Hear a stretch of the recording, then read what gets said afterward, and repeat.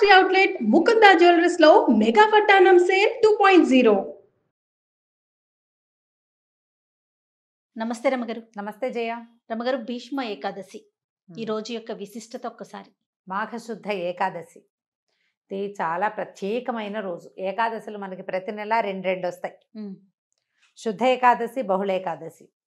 రెండు ఏకాదశులు సాధారణంగా ఏకాదశి నియమం అంటే ఉపవాసం ఉండటం, ఉపవసించటం, ఆహారం తీసుకోరు, బియ్యం తినకూడదని ఉంటుంది. మురాసురుడు అనే రాక్షసుడు ఈవేళ బియ్యంలో ప్రవేశిస్తాడని, ధాన్యం స్వీకరించకూడదని, అన్నానికి భిన్నం ఏదైనా రైస్ కాకుండా ఉపవాసం చేసి విష్ణునామ సంకీర్తనతోటి రాత్రి జాగరణ చేసి ద్వాదశి నాడు పొద్దున్నే పారణ చేస్తే ఏకాదశి నియమం ఫలిస్తుందని చెప్తాం. విష్ణువుకి అత్యంత ప్రీతికరమైన రోజు. ఓకే. శ్రీ మహావిష్ణువుకి ప్రీత్యర్థమే ఏకాదశి ఉపవాసాలు చేయటం అనేది మనకి విధానం ముందు నుంచి ఉన్నది. ఒక్కొక్క ఏకాదశికి ఒక్కొక్క ప్రత్యేకత ఉంది. ఇప్పుడు మాఘమాసంలో వచ్చేటువంటి ఈ శుద్ధ ఏకాదశి మహాపర్వదినం అని చెప్తారు. దీనికి పూర్వగాథ, మనం దీన్ని జయైకాదశి, భీష్మైకాదశి అంటారు. ఈ ఏకాదశులు భీష్ముడి పేరు ఎందుకు వచ్చింది అనేది ఎప్పుడు ఈ రోజున స్మరించుకోవాలన్నమాట. భీష్మ పితామహుడు, ఇది ఎప్పటిది, మహాభారత కాలం ముందు కూడా ఈ ఏకాదశి ఉంది. ఆ తర్వాత కాలం నుంచి ఇది భీష్మైకాదశి అయిందనమాట. భీష్మ పితామహుడు మహాభారత యుద్ధం ప్రారంభమైంది. 10 రోజుల పాటు చండప్రచండంగా యుద్ధం చేశాడు. అతిరథ మహారథులందరూ మహాయుద్ధం చేశారు. ఆయన దిగలేదు, పడలేదు, ఆయన జయించలేకపోయారు. ఒక దశలో శ్రీకృష్ణ పరమాత్మ అంతటి వాడే, చక్రం పట్టను, ఆయుధం పట్టను, కేవలము సారథ్యమే చేస్తానని అర్జునుడికి మాటిచ్చి రథాన్ని తోలే కార్యక్రమాన్ని మాత్రమే పుచ్చుకున్నటువంటి శ్రీకృష్ణ పరమాత్మ కూడా ఇవాళ చంపేస్తాను భీష్ముడిని అని చెప్పేసి రథం మీద నుంచి దూకి చక్రాయుధాన్ని విసిరపోయాడు. అంత పరాక్రమవంతుడు భీష్మ పితామహుడు. అబ్బా. భగవంతుడి ఆయన దండబెట్టాడు. అసలు భాగవతం పోతన గారి పద్యాలు అయితే ఎంత బాగుంటుందో. ఆ శ్రీకృష్ణుడిని వర్ణించే శ్లోకం, ఆ కృష్ణుడు అట్లా దూకి తన మీదకి వస్తున్నటువంటి కృష్ణుడిని చూసి భక్తితో నేల మీద పడి దండం పెట్టినటువంటి భీష్మ పితామహుడి అసలు ఆ పద్యాలు వర్ణన విని తీరవలసిందే. మహాద్భుతంగా వర్ణించారు పోతన గారు. వ్యాసుల వారు చెప్పిందే, వీరి భావన ఇంకా అద్భుతంగా ఉంటుంది. అప్పుడు అర్జునుడు బతిమలాడాడు, వద్దు వద్దు వద్దు, నువ్వు ఆయుధం పట్టనన్నావు, ఈ పని చెయ్యొద్దని. తగ్గారు. ఏ విధంగా భీష్మ పితామహుడు మరణిస్తాడో, ఆయన అడ్డు తొలగితే కానీ మిగిలిన యుద్ధం జరిగేలాగా లేదు. ఇక్కడ వీళ్ళ దగ్గర చాలామంది అయిపోతున్నారు. అప్పుడు వీళ్ళు అడిగారు, పాండవులే, ఎట్లా నిన్ను జయించగలము అంటే ఆయన ఎవ్వరూ ఆయనకి ఎదురు ఆగలేరు. కానీ ఆయన శిఖండిని చూస్తే యుద్ధ విరమణ చేస్తాడు, ఆయుధాన్ని విసర్జించేస్తారు. ఆ రహస్యాన్ని తనే స్వయంగా తన మునిమనవులకి తెలియజేశారు. మహాభారతం తాలూకు కథకి మూల పురుషుడు భీష్ముడు. సొంతంగా సంతానం లేదు.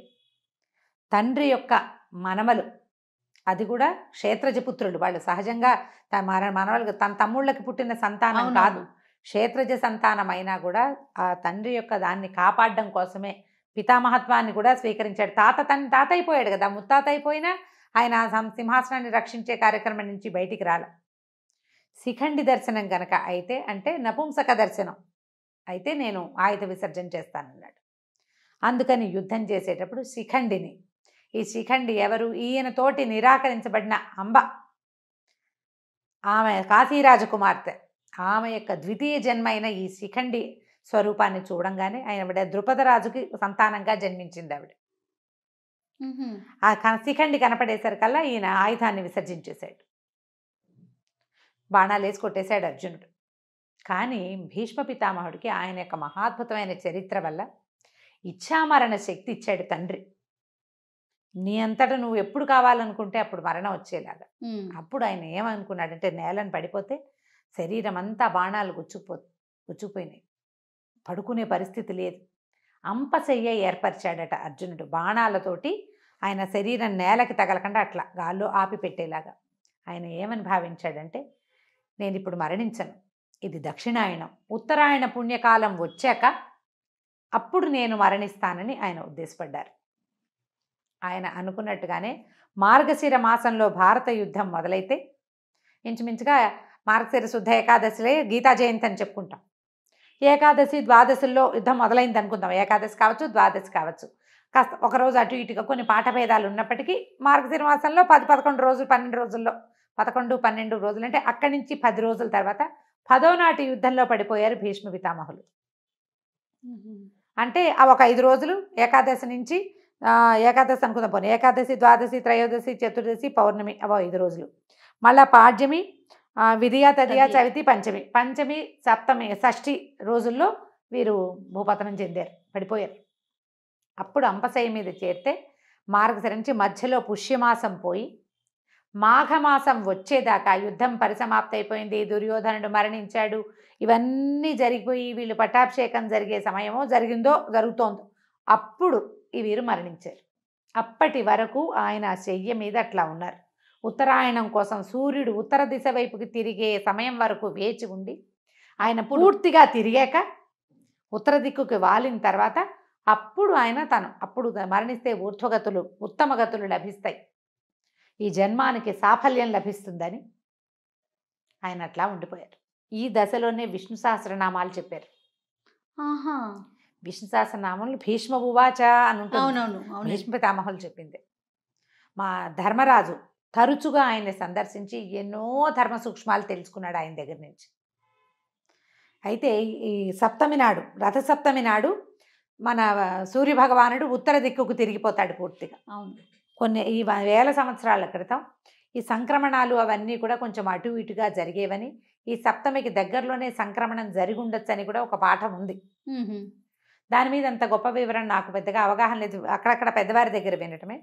అష్టమి నాడు నుంచి ప్రాణం మొదలుపెట్టారని, ఏకాదశి దాకా అంటే ఈ ప్రాణాలు పంచప్రాణాలు ఒక్కొక్కటి వెళ్ళినాయని, అష్టమి, నవమి, దశమి, ఏకాదశి నాడు పూర్తిగా ప్రాణ విసర్జన చేశారని, ప్రాణాలు వదిలిపెట్టారు. ఏమనాలని, ప్రాణోత్కర్షణ అలాంటి పదం ఒకటి వాడతారు. పూర్తిగా తన జీవాన్ని వదిలిపెట్టారని చెప్తారు. ఓకే.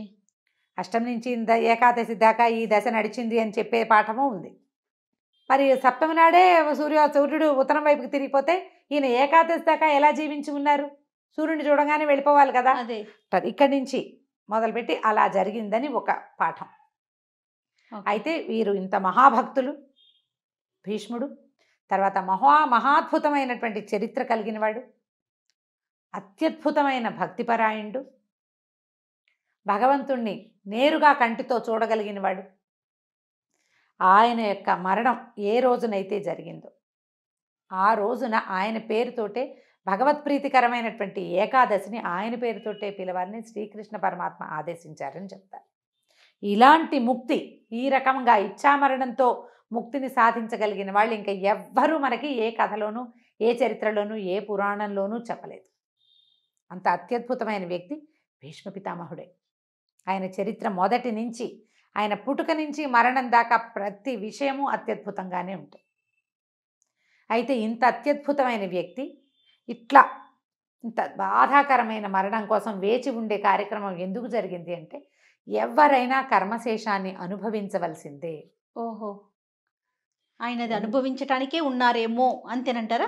అనుకోవాలి. ఎందుకంటే ఈ ద్రౌపది వస్త్రాపహరణం జరిగేటప్పుడు, పాండవుల పట్ల అన్యాయం జరిగేటప్పుడు ఆయన కొంత మౌనాన్ని వహించాల్సి వచ్చింది. ఆ తప్పు ఏదైనా నివారించకపోవటము, అడ్డుకోకపోవటం కూడా పాపమే.